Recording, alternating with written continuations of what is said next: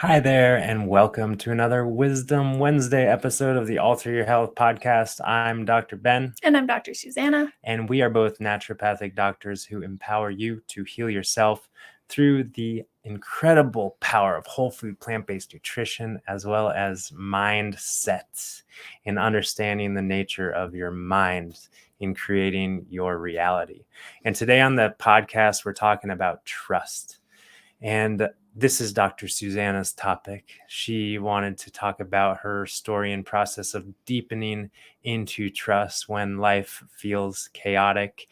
And I think that this is a great place to orient ourselves because really the feeling of trust, when we feel trusting, when we feel supported, we are in a grounded state energetically. Our physiology is in a state that promotes health and regeneration and peace in our body in terms of what's going on in our nervous system. And that, of course, empowers our natural innate healing process. Not to mention, we are more at peace and in grace in the journey. I just think that life is undoubtedly chaotic.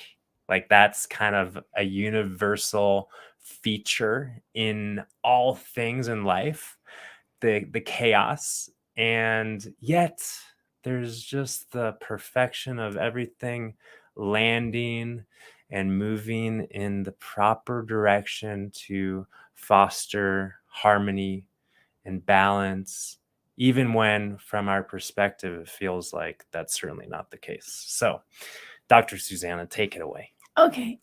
Thank you for that introduction, Dr. Ben.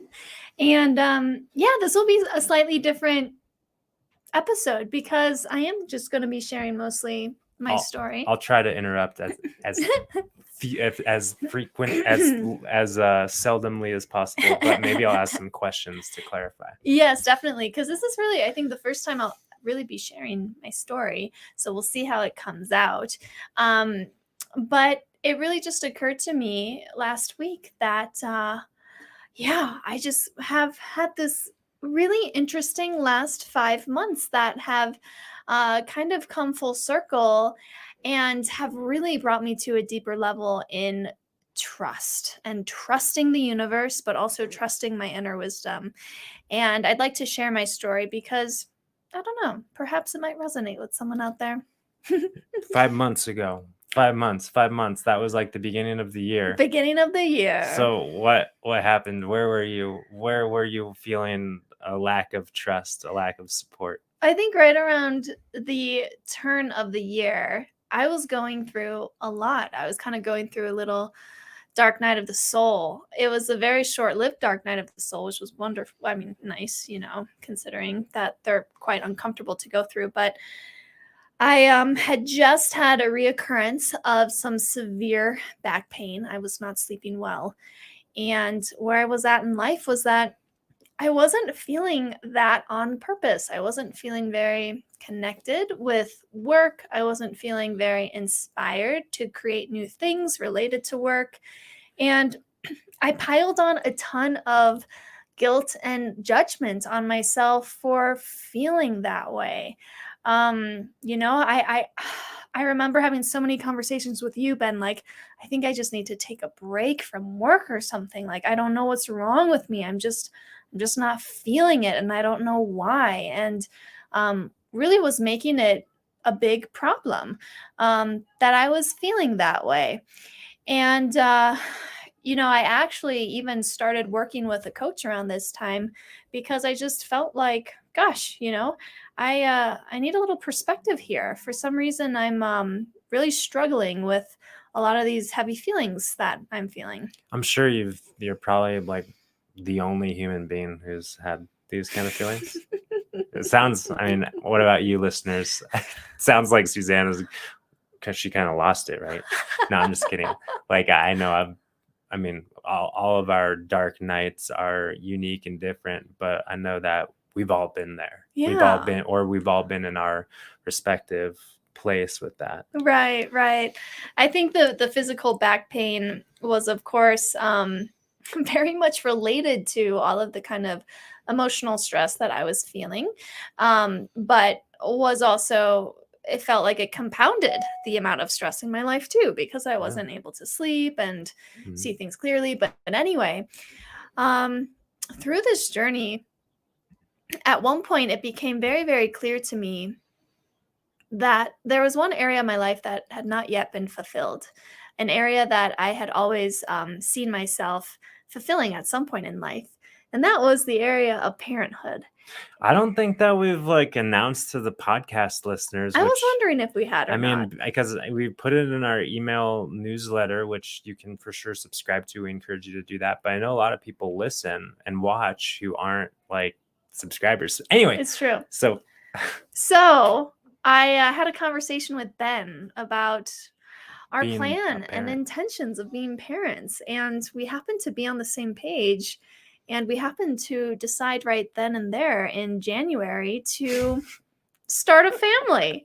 So, And we're so blessed. We're so blessed that it happened right away. turns And out we're fertile, and Susanna is now 5 months, almost 5 months pregnant. 5 months pregnant. Yes, yes. And so that's a happy announcement. Yes.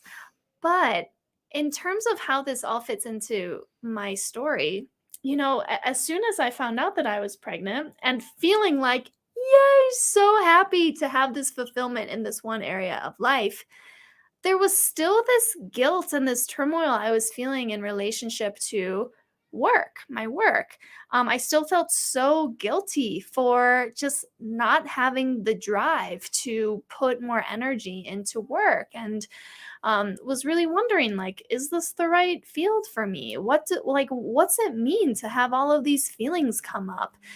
And pretty soon, I mean, about 6 weeks into my pregnancy, I started to feel a lot of the early pregnancy symptoms that really knocked me down more so than I imagined 6 they weeks. would. Did you say Yes. 6 months? I I said, don't know. I think I said 6 weeks. Anyway, 6 weeks. yeah. 6 weeks into my pregnancy, I had a lot of nausea and food aversions and just low energy. And so that made it even more difficult to want to feel motivated to do work. And I remember even talking to my coach about this. Like, I've really slowed down with my engagement in work, and I'm really seeing that as a problem.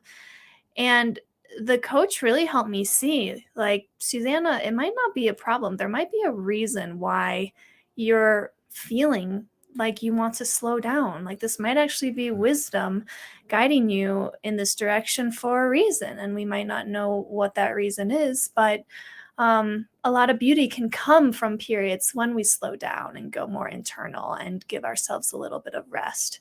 So, I let that kind of settle in, and, felt good to kind of have that reassurance. But there was, still this kind of narrative of, Susanna, you should be doing more. Susanna, you should be contributing more to the world in terms of work, and yada, yada, yada.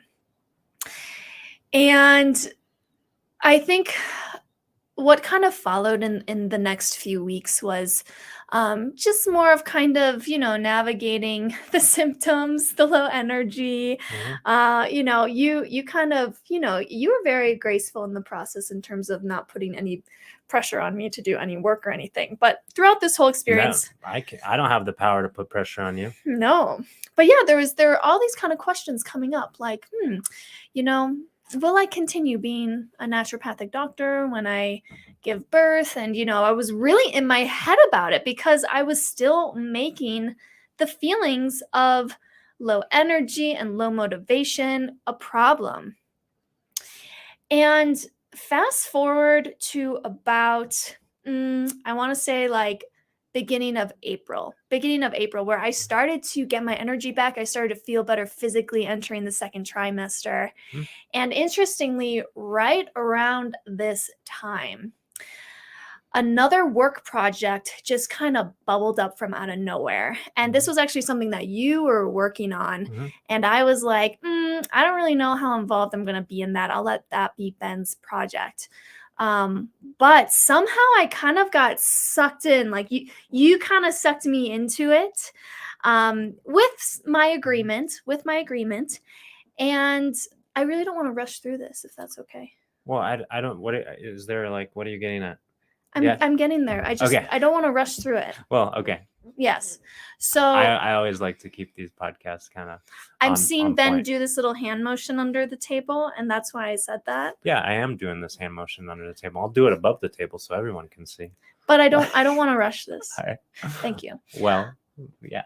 Yes. So yeah, this other work opportunity just kind of bubbled up, and somehow I felt as though I was getting kind of lured into taking a more active role in the project. And there was a lot of kind of hesitation. I was like, I just kind of finally settled into slowing down. Do I really want to pick things up again? Am I going to like this? Is this going to be too much for me? Am I going to fall back into the feeling of feeling burnt out again? But I had this insight, this kind of moment of realizing, you know what? I'm never going to know if I like something or not unless I give it a try. And so I decided to just kind of buck up and show up and give it a try and play a bigger role in this additional work project. And I completely surprised myself, because even though I thought I wouldn't like it, it would be too much work, and it would bring up all those same emotions, I actually found myself really enjoying it. Cool. And feeling like a sense of fulfillment and enjoyment. And all of a sudden I felt like, wow, like work isn't a drain. It's actually filling me up in some way. It's almost like you're blaming work for making you feel a certain way. Like the Well, I mean, that's kind of not the point I'm getting at, Ben. Okay, but that's just my takeaway. Yeah, but what I'm saying is that, here I am now, 5 months after this kind of dark night of the soul period, where I had really been so hard on myself for judging, wanting to slow down, wanting to kind of take a break, wanting to, just wanting to lay low for a while. But now I can look back at all of that time and see that actually the universe was supporting me all along the way. And that if I had, like, let's say work had picked up in January, and I got swept up in work, I got pregnant, I got sick, then what? Then I would have had to deal with a heavy load of work plus symptoms. And that timing doesn't feel right. But I look back at just kind of the natural ebb and flow of my energy levels and where my wisdom was guiding me, and how the lower energies and stepping back and resting really served me and allowed that kind of self-reflection time to really, get more kind of curious and get more trusting in what was coming about. And the point that I really want to make in sharing this story is that now it's not like, oh, everything's figured out and yay. There's still constant questions. There's still like constant second guessing. Now, yes, I am finding a lot more enjoyment and fulfillment from my work projects. But what comes with that are all these kind of questions and worries about the future. Well, what does it mean for, when we become parents and I'm a mother? Like, what's maternity leave going to look like? If all of a sudden things are picking up. And so there's just one example of how we can take what is, take what the universe gives us, or take a feeling or experience that we're in and judge it as something that isn't exactly what it should be, right? Or question whether this is going to be good for me or good for whatever. And I've realized in this process how much I do that, like every day, questioning what the universe has provided. But when I fall back into trusting that I have everything I need, I'm provided with everything I need, and I am fully supported along this journey, even during all those like emotional times, it's such a relief. And I really do feel this deeper level and deeper sense of trust,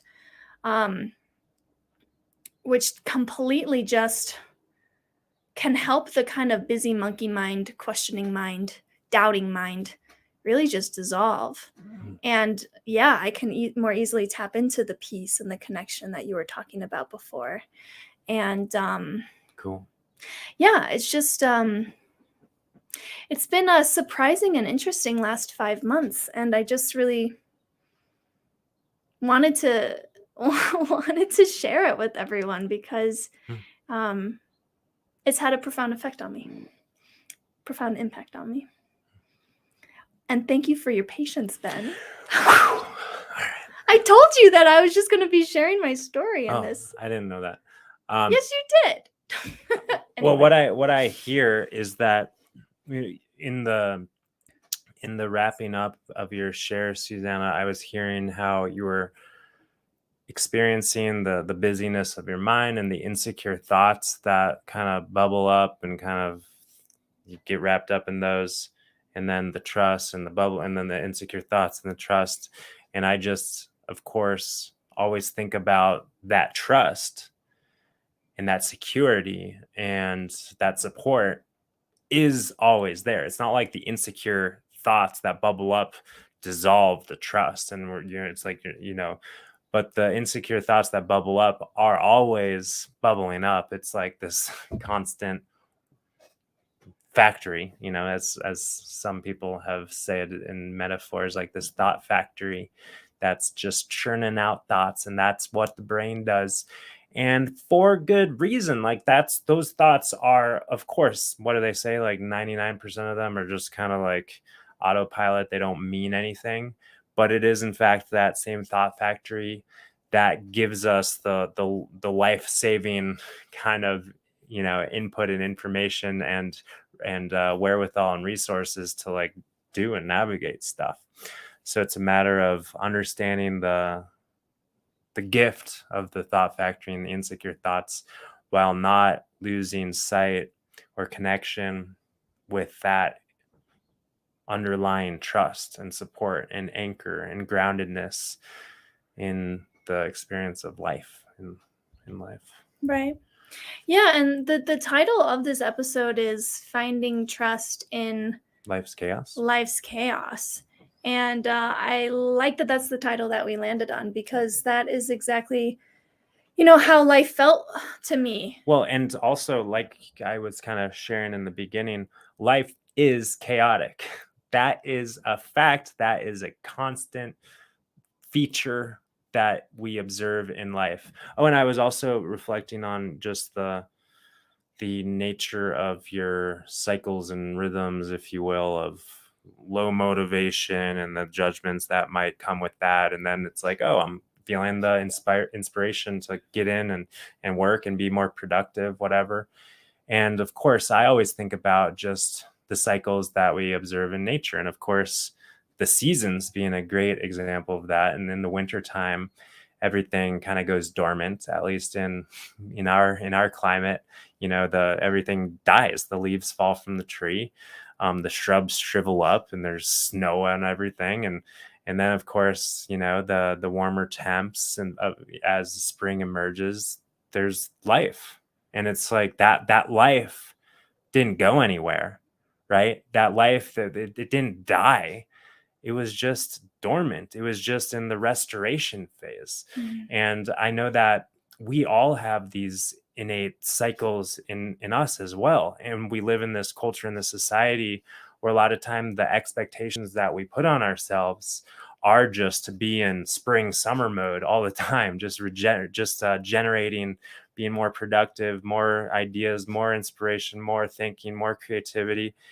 And that's not sustainable or compatible with the balance that is in our life cycle.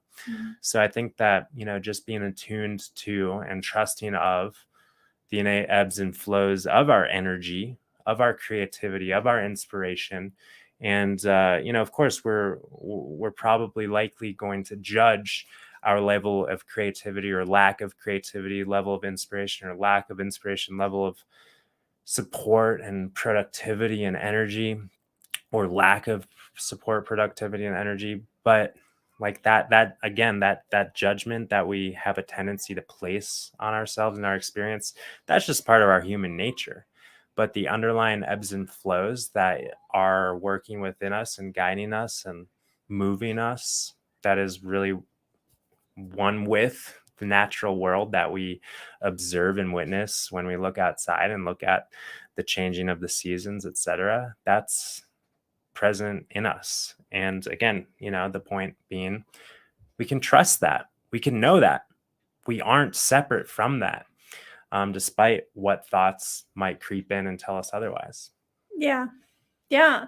We can make anything a problem. I really like the example you brought up about winter. We can make winter a problem because there's no green leaves, but actually, winter is a necessary part of the life cycle. Yeah, I think about, like, of course, people in Colorado, they're always complaining about the lack of snowpack, in the wintertime. And of course, lack of not a lot of snow and precipitation in the winter means that the rivers aren't as high. And of course, the grass isn't as green for as long of time. And then there's fire risks.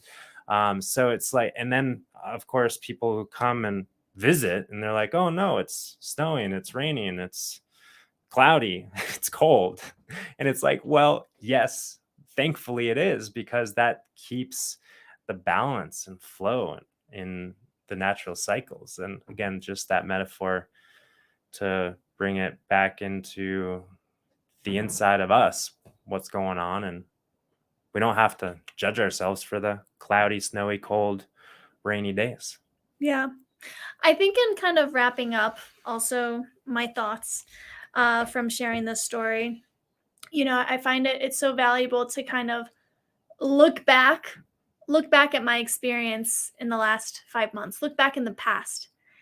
What I've learned in those last 5 months helps me in how I'm relating to what's to come, because I think a lot of the kind of discomfort and chaos that we feel comes from wondering how, today's problems are going to affect us in the future. And of course, today's problems are only problems if we make them problems. And if we actually see that that's all that it is, and actually take away the layer of judgment that makes it a problem, we can more easily tap into just the knowing that whatever's going to come tomorrow as well is also perfect. Like if we see the perfection in this moment, we can trust that that perfection is always going to be there, even if we're not able to see it, right? I would even say, yeah, I would say, even if we're not seeing it, like that's still happening. So it's just a matter of whether or not we want to be at peace in the moment, or if we're just gonna be frustrated and throw a temper tantrum and judge ourselves and get all wrapped up in that, and then everything's okay. It's just like, everything is okay. Are we going to be okay with it now, or are we going to be okay with it once we start seeing that everything's okay? Mm-hmm. So it's the choice is yours. Mm-hmm. As it always is. So thanks as always for tuning in to this week's episode of the Wisdom Wednesday on the Alter Your Health podcast. And if you have any comments, feedback, or if you want to share this episode with anyone who you know and love, feel free to send it off. And as always, sending you blessings of peace and love. We look forward to catching you next time. Mm-hmm.